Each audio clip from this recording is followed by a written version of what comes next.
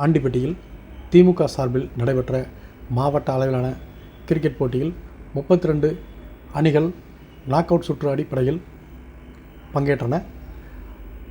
Andipatti MLA போட்டிகளை தொடங்கி வைத்தார். திராவிட பொங்கல், சமூக நீதிக்கான திருவிழா கொண்டாட்டம் என தமிழகம் முழுவதும் தைத்திருநாளை கொண்டாடும் விதமாக பல்வேறு விளையாட்டுப் போட்டிகளை நடத்த கோரி தமிழ்நாடு முதலமைச்சர் ஸ்டாலின் திமுகவினருக்கு அறிவித்திருந்த நிலையில் அதன் ஒரு பகுதியாக தேனி மாவட்டம் ஆண்டிப்பட்டி திமுக தெற்கு மாவட்டம் சார்பில் மாவட்ட அளவிலான கிரிக்கெட் போட்டிகள் நாக் அவுட் சுற்று அடிப்படையில் நடைபெற்றது. ஆண்டிப்பட்டி வட்டாட்சியர் அலுவலகத்திற்கு பின் உள்ள மைதானத்தில் நடைபெற்ற போட்டியை ஆண்டிப்பட்டி சட்டமன்ற உறுப்பினர் மகாராஜன் டாஸ் போட்டு போட்டியை தொடங்கி வைத்தார்.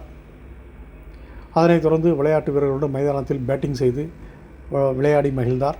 தேனி, மதுரை, திண்டுக்கல் மாவட்டங்களைச் சேர்ந்த 32 அணிகள் பங்கேற்ற மாவட்ட அளவிலான விளையாட்டுப் போட்டி 3 நாள் போட்டிகளாக நடைபெற உள்ளது.